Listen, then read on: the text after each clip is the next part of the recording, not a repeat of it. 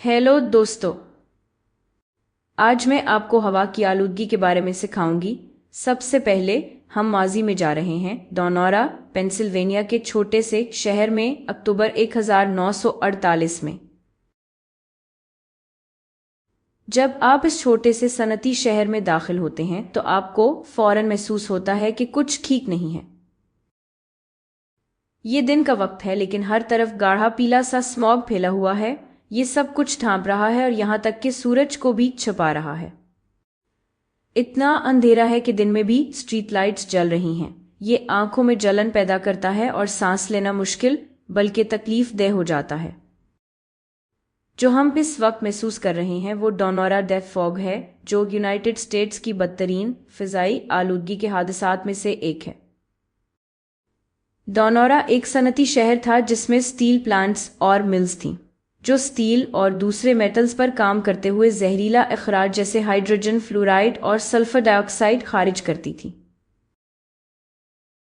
आम तौर पर ये जहरीली गैसें माहौल में फैल जाती थीं, लेकिन इस बार एक टेम्परेचर इन्वर्शन हुआ जिसकी वजह से गर्म हवा की एक तय सतह के करीब ठंडी हवा को ढांप लिया, और ये सब डोनोरा के ऊपर हो रहा था।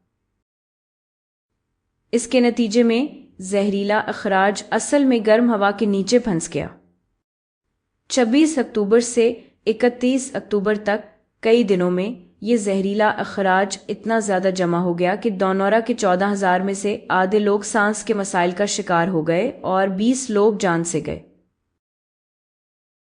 सिर्फ तब ही कुछ सुकून मिला जब स्टील मिल्स बंद हुईं और एक बारिश के तूफान ने स्मॉग को कम किया। लेकिन डोनोरा के जान लेवा स्मॉग के बाद अवाम को एहसास हुआ कि फ़ज़ाई आलूदगी कितनी ख़तरनाक और जान लेवा हो सकती है, और लोगों ने तब्दीली का मुतालबा किया। डोनोरा अमेरिका की तारीख में एक अहम मोड़ बन गया और ये साफ हवा की तहरीक की शुरुआत थी। Air pollution control act of 1955 पहली यूएस फेडरल लेजिस्लेशन थी जो फ़ज़ाई आलूदगी से मुतालिक थी, और इसने फ़ज़ाई आलूदगी पर काम करने के लिए फंड्स फराहम किए। फिर 1963 में क्लीन एयर एक्ट मंजूर हुआ, जो फ़ज़ाई आलूदगी को काबू करने के लिए पहली फेडरल लेजिस्लेशन थी, और 1970 में इसे मज़ीद बढ़ाया गया, जिसके नतीजे में यूएस एनवायरनमेंटल प्रोटेक्शन एजेंसी यानी ईपीए का क़याम अमल में आया, ताकि रेगुलेशंस तैयार की जाएं और इन पर अमल करवाया जाए ताकि आम लोगों को अहम बैरूनी फ़ज़ाई आलूदा चीज़ों से बचाया जा सके।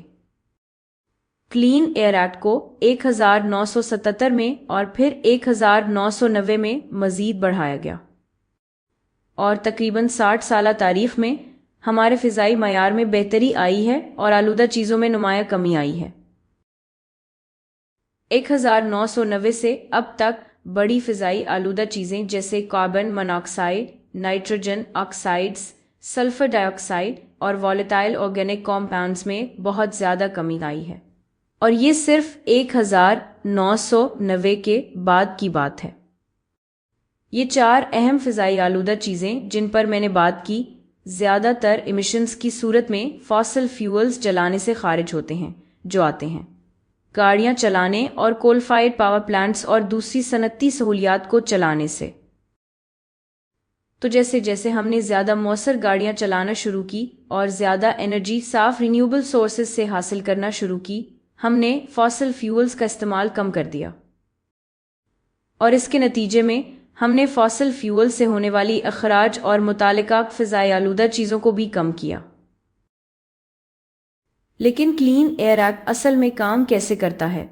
हम हवा को कैसे साफ करते हैं और नुकसानदेह आलूदा चीज़ों की अखराज को कैसे महदूद करते हैं? क्लीन एयर एक्ट की रेगुलेशंस जो ईपीए ने लागू की हैं, इनकी वजह से नई टेक्नोलॉजीज आई हैं जो अखराज को महदूद करने और हवा से आलूदा चीज़ों को हटाने में मदद देती हैं।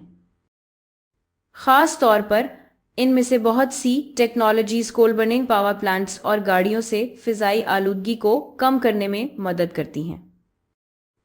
इन पोल्यूशन कंट्रोल टेक्नोलॉजीज में से हर एक का काम यह है कि इमिशन से नुकसानदेह अज्जा को निकालकर कम नुकसानदेह मादा खारिज किया जाए। गुज़िश्ता एक दहाई या इससे कुछ ज़्यादा अरसे में آپ نے بھی سڑکوں پر زیادہ الیکٹرک گاڑیاں آتے دیکھی ہوں گی۔ گاڑیوں کی فیول اکانومی بہتر بنانے اور یہاں تک کہ بیٹری پاورڈ الیکٹرک وہیکلز استعمال کرنے سے ہمیں اتنا زیادہ گیسولین جلانے کی ضرورت نہیں رہتی۔ اس طرح ایمیشنز کم ہوتی ہیں اور ہمیں صاف ہوا ملتی ہے۔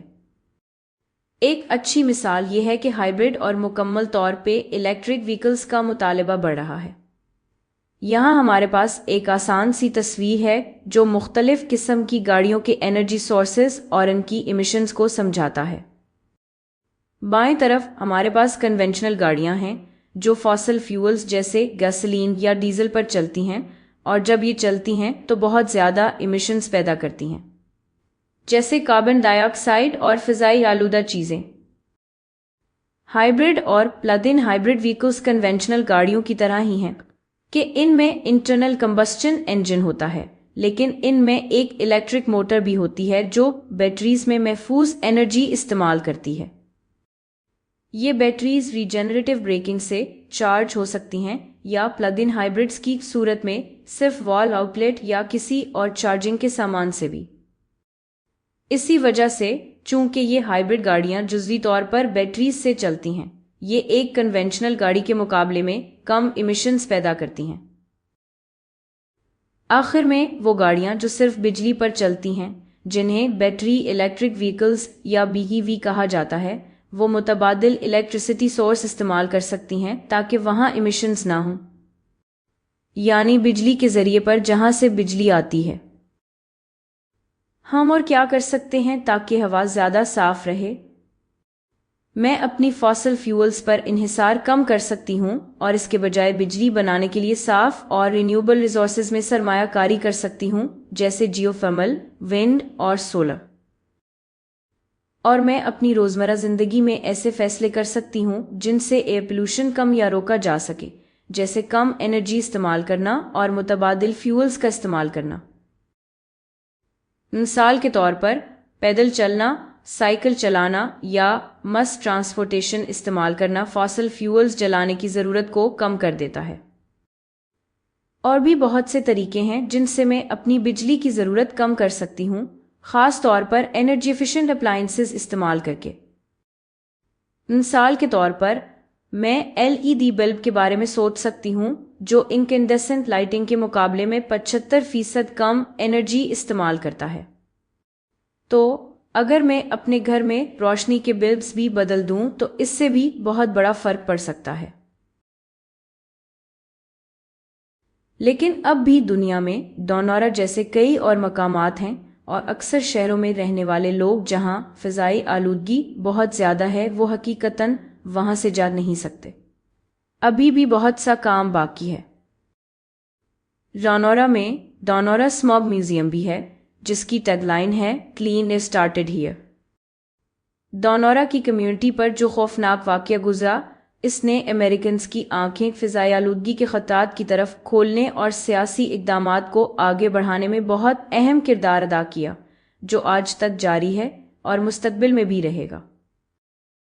آئیں سب ایک گہرا سانس لیں اور خوش ہوں کہ ہم ایسا کر سکتے ہیں۔